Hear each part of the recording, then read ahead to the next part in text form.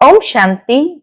आज 12 अप्रैल 2025 के बाबा के अनमोल मधुर महावाक्य सुनेंगे।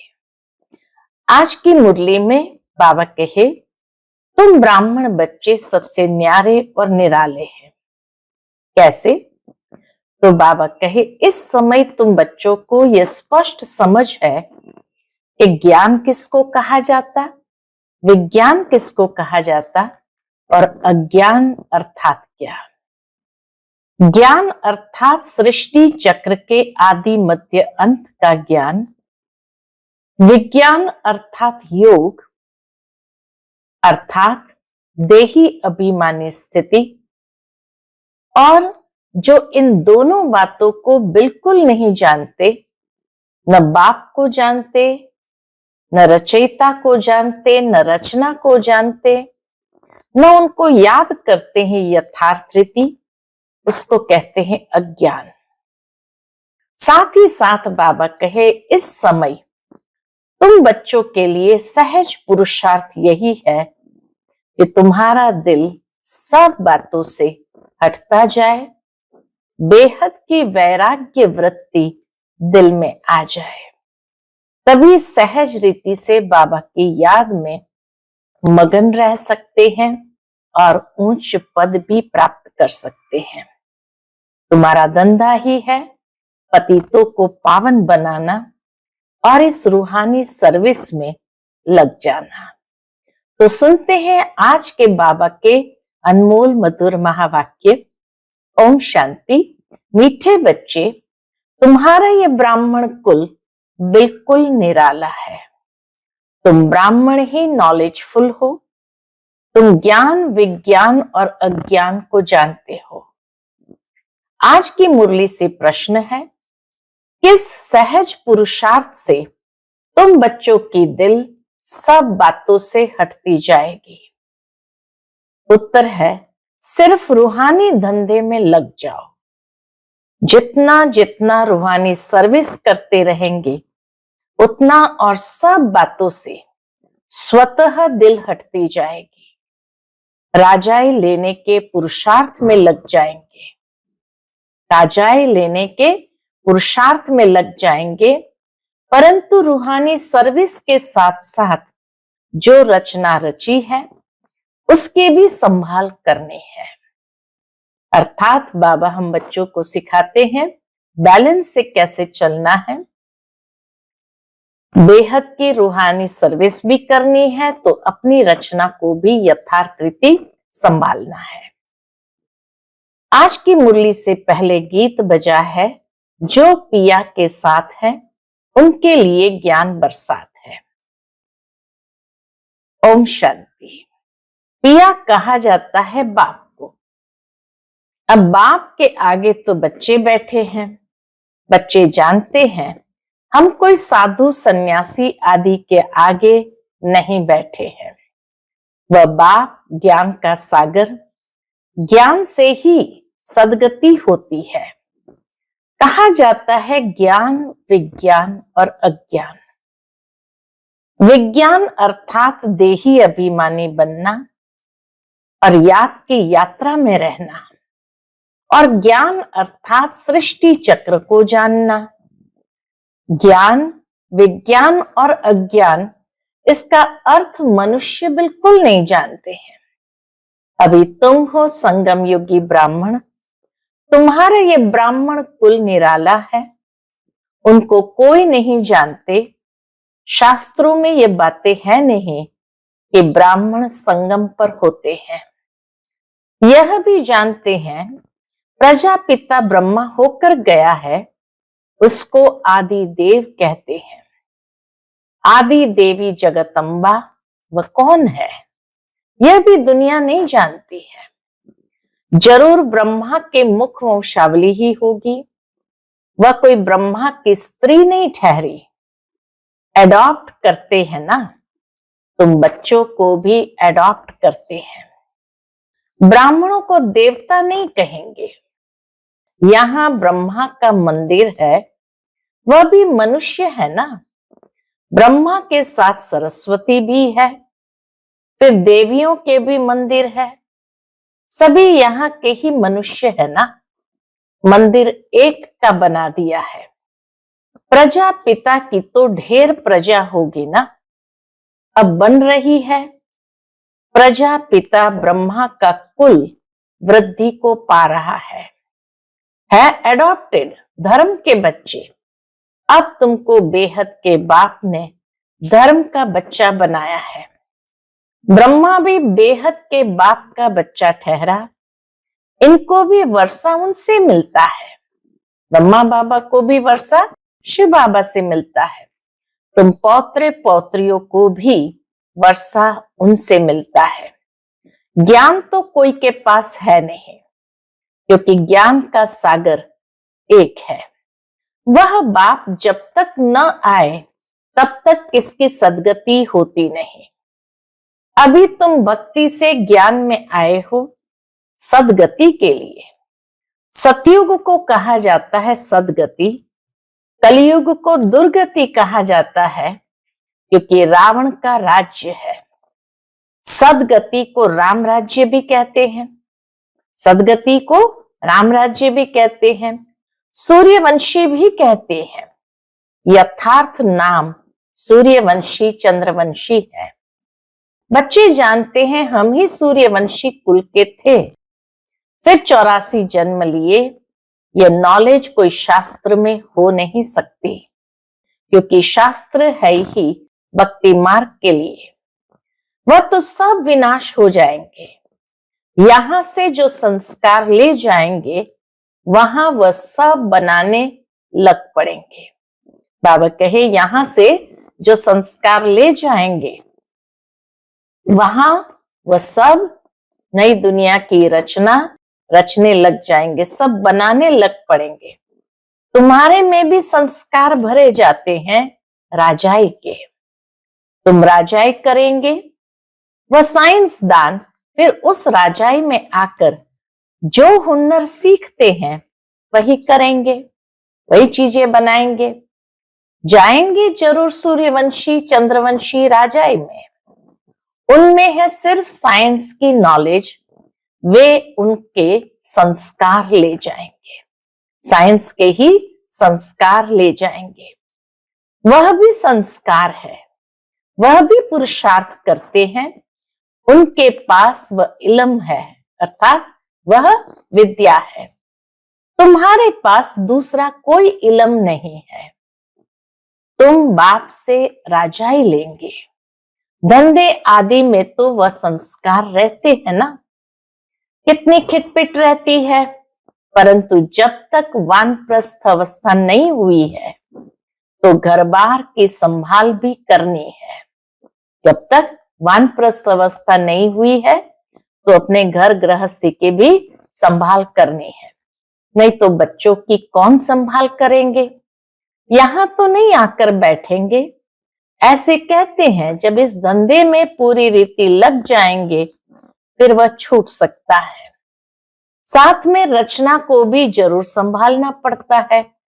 हाँ, कोई अच्छी रीति रूहानी सर्विस में लग जाते हैं, फिर उनसे जैसे दिल उठ जाएगी।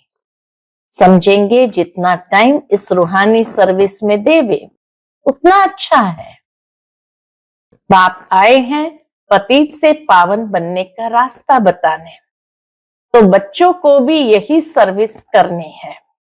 हर एक का हिसाब देखा जाता है।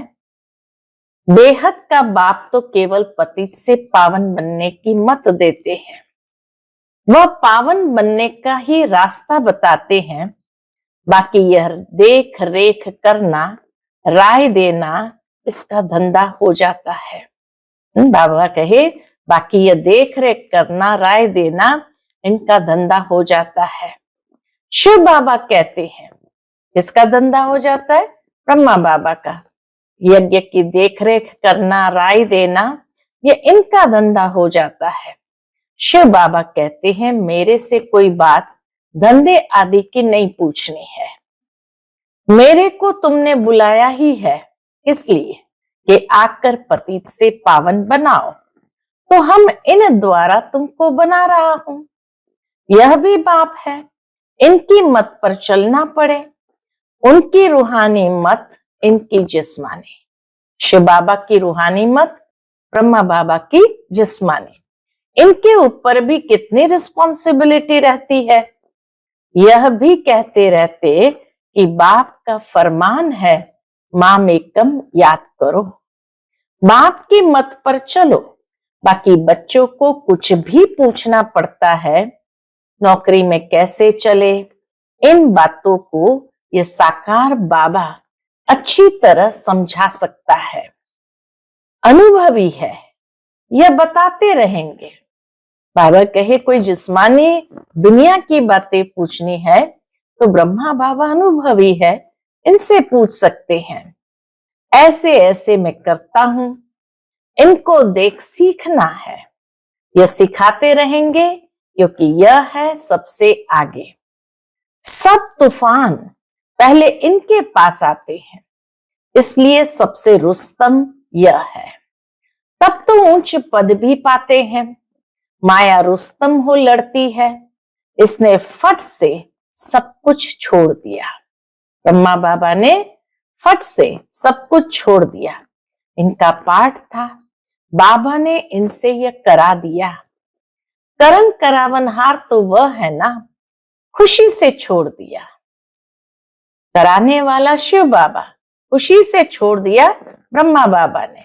साक्षात्कार हो गया। अब हम विश्व के मालिक बनते हैं। ये पाए पैसे की चीज हम क्या करेंगे। विनाश का साक्षात्कार भी करा दिया। समझ गए इस पुरानी दुनिया का विनाश होना है, हमको फिर से राजाई मिलती है, तो फट से वह छोड़ दिया। अब तो बाप की मत पर चलना है। बाप कहते हैं मुझे याद करो। ड्रामा अनुसार भट्ठी बननी थी। मनुष्य थोड़ी समझते कि इतने ये सब क्यों भागे। मनुष्य तो नहीं समझ सकते कि इतने सारे क्यों भागे, क्योंकि भट्ठी बननी थी। यह कोई साधु संत तो नहीं, यह तो सिंपल है। इसने किसको भगाया भी नहीं है।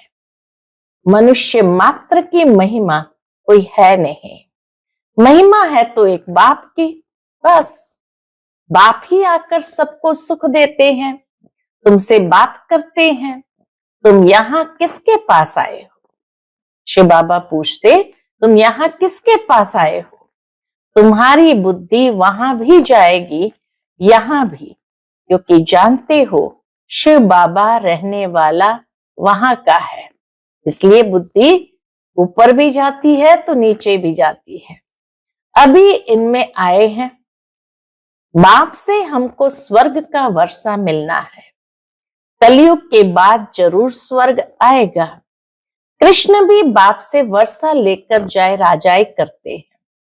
इसमें चरित्र की बात ही नहीं। जैसे राजा के पास प्रिंस पैदा होता है, स्कूल में पढ़कर फिर बड़ा होकर गद्दी लेगा। इसमें महिमा व चरित्र की बात नहीं। ऊंचते ऊंच एक बाप ही है, महिमा भी उनकी होती है। यह भी उनका परिचय देते हैं। अगर वह कहे मैं कहता हूं तो मनुष्य समझेंगे यह अपने लिए कहते हैं। बाबा कहे अगर वह कहे मैं कहता हूं तो मनुष्य समझेंगे वो अपने लिए कहते हैं। यह बातें तुम बच्चे समझते हो। कौन सी बात कि कौन सी श्रीमत शिव बाबा की है और कौन सी मत ब्रह्मा बाबा की है। भगवान को कभी भी मनुष्य नहीं कह सकते, वह तो एक ही निराकार है, परमधाम में रहते हैं। तुम्हारी बुद्धि ऊपर में भी जाती है, फिर नीचे भी आती है। बच्चे जब याद करते तो समझते कि इस समय मधुबन में बाबा आया होगा, तो मधुबन में भी बुद्धि जाती है तो परमधाम में भी जाती है। बाबा दूर देश से पराए देश में आकर हमको पढ़ाए फिर चले जाते हैं। खुद कहते हैं, शिव बाबा खुद कहते हैं मैं आता हूं सेकंड में, देरी नहीं लगती है। आत्मा भी सेकंड में एक शरीर छोड़ दूसरे में जाती है। कोई देख न सके, आत्मा बहुत तीखी है। गाया भी हुआ है, सेकंड में जीवन मुक्ति। रावण राज्य को जीवन बंद राज्य कहेंगे। बच्चा पैदा हुआ और बाप का वर्षा मिला। तुमने भी बाप को पहचाना और स्वर्ग के मालिक बने। फिर उसमें नंबरवार मर्तबे हैं पुरुषार्थ अनुसार। बाप बहुत अच्छी रीति समझाते रहते हैं। दो बाप है, एक लौकिक और एक पारलौकिक। गाते भी है, दुख में सिमरन सब करे, सुख में करे न कोई। तुम जानते हो, हम भारतवासियों को जब सुख था तो सिमरन नहीं करते थे। फिर हमने 84 जन्म लिए। आत्मा में खाद पड़ती है तो डिग्री कम होती जाती है। 16 कला संपूर्ण, फिर 2 कला कम हो जाती है। कम पास होने कारण राम को बाण दिखाया है, बाकी कोई धनुष नहीं तोड़ा है। यह एक निशानी दे दी है। यह है सब भक्ति मार्ग की बातें। भक्ति में मनुष्य कितना भटकते हैं। अब तुमको ज्ञान मिला है तो भटकना बंद हो जाता है। हे शिव बाबा, कहना चाहिए। बाबा कहे हे शिव बाबा कहना, ये पुकार का शब्द है। तुमको हे शब्द नहीं कहना है। हे शब्द कहना ही नहीं है। बाप को याद करना है। चिल्लाया तो गोया भक्ति का अंश आ गया। हे भगवान कहना भी भक्ति की आदत है। बाबा ने थोड़ी कहा है हे भगवान कहकर याद करो। अंतर्मुख हो मुझे याद करो। बाबा ने कहा है अंतर्मुखी होकर मुझे याद करो। सिमरण भी नहीं करना है। सिमरण भी भक्ति मार्ग का अक्षर है। तुमको बाप का परिचय मिला, अब बाप की श्रीमत पर चलो। ऐसे बाप को याद करो जैसे लौकिक बच्चे देहधारी बाप को याद करते हैं। बाबा सिखाते हैं कि ऐसे बाप को याद करो जैसे लौकिक बच्चे देहधारी बाप को याद करते हैं। खुद भी देह अभिमान में है तो याद भी देहधारी बाप को करते हैं। पारलौकिक बाप तो है ही देही अभिमानी। इसमें आते हैं तो भी देह अभिमान नहीं होता है। बाबा जब इसमें आते हैं तो भी बाबा को देह अभिमान नहीं होते। कहते हैं हमने ये लोन लिया है, तुमको ज्ञान देने लिए मैं ये लोन लेता हूं। ज्ञान सागर हूं, परंतु ज्ञान कैसे दूं? गर्भ में तो तुम जाते हो, मैं थोड़ी गर्भ में जाता हूं। शिव बाबा कहते मैं थोड़ी गर्भ में जाता हूं, मेरी गति मत ही न्यारी है। बाप इसमें आते हैं, यह भी कोई नहीं जानते। कहते भी है ब्रह्मा द्वारा स्थापना, परंतु कैसे ब्रह्मा द्वारा स्थापना करते हैं, क्या प्रेरणा देंगे? बाप कहते हैं मैं साधारण तन में आता हूं, उसका नाम ब्रह्मा रखता हूं, क्योंकि सन्यास करते हैं ना बाबा। ब्रह्मा बाबा सन्यास करते हैं, इसलिए शिव बाबा ने नाम रखा ब्रह्मा। तुम बच्चे जानते हो अभी ब्राह्मणों की माला नहीं बन सकती, क्योंकि टूटते रहते हैं। जब ब्राह्मण फाइनल बन जाते हैं तब रुद्र माला बनती है, फिर विष्णु की माला में जाते हैं। माला में आने के लिए याद की यात्रा चाहिए। अभी तुम्हारी बुद्धि में है कि हम सो पहले पहले सतु प्रधान थे, फिर सतु रजो तमो में आते हैं। हम सो का भी अर्थ है ना, ओम का अर्थ अलग है। ओम माना आत्मा, फिर वही आत्मा कहती है हम सो देवता क्षत्रिय वैश्य शूद्र। वो लोग फिर कह देते हम आत्मा सो परमात्मा। तुम्हारा ओम और हम सो का अर्थ बिल्कुल अलग है। हम आत्मा है, फिर आत्मा वर्णों में आती है। हम आत्मा सो पहले देवता क्षत्रिय बनते हैं, ऐसे नहीं कि आत्मा सो परमात्मा। ज्ञान पूरा न होने कारण अर्थ ही मूंझा दिया है। अहम ब्रह्मास्मि कहते हैं, यह भी रॉन्ग है। बाप कहते हैं मैं रचना का मालिक तो बनता नहीं। बाप कहते मैं रचना का मालिक तो बनता नहीं, इस रचना के मालिक तुम हो, विश्व के भी मालिक तुम बनते हो। ब्रह्म तो तत्व है, तुम आत्मा सो इस रचना के मालिक बनते हो। सतयुगी दुनिया के मालिक बनते हो, उस रचना के मालिक बनते हो। अभी बाप सब वेदों शास्त्रों का यथार्थ अर्थ बैठ सुनाते हैं। अभी तो पढ़ते रहना है। बाप तुम्हें नई नई बातें समझाते रहते हैं। भक्ति क्या कहती है, ज्ञान क्या कहता है। भक्ति मार्ग में मंदिर बनाए, जप तप किए, पैसा बर्बाद किया, तुम्हारे मंदिरों को बहुतों ने लूटा। बाबा कहे तुम्हारे मंदिर को बहुतों ने लूटा, यह भी ड्रामा में पार्ट है, फिर जरूर उन्हों से ही वापस मिलना है। अभी देखो कितना दे रहे हैं, दिन प्रतिदिन बढ़ाते रहते हैं, यह भी लेते रहते हैं। उन्होंने जितना लिया है उतना ही पूरा हिसाब देंगे। तुम्हारे पैसे जो खाए हैं वह हप नहीं कर सकते। जिसने भी पैसे लिए हैं बाबा कहे वह हप नहीं कर सकते। भारत तो अविनाशी खंड है ना, बाप का बर्थ प्लेस है, यहां ही बाप आते हैं, बाप के खंड से ही ले जाते हैं, तो वापस देना पड़े। जो भी बाप के खंड से ले जाते हैं तो उन्हें वापस देना पड़े। समय पर देखो कैसे मिलता है, ये बातें तुम जानते हो, उनको थोड़ी पता है विनाश किस समय आएगा। गवर्नमेंट भी ये बातें मानेंगी नहीं। ड्रामा में नूंद है, कर्जा उठाते ही रहते हैं, रिटर्न हो रहा है। तुम जानते हो हमारी राजधानी से बहुत पैसे ले गए हैं, सो फिर दे रहे हैं। तुमको कोई बात का फिक्र नहीं है, फिक्र रहता है सिर्फ बाप को याद करने का। याद से ही पाप भस्म होंगे।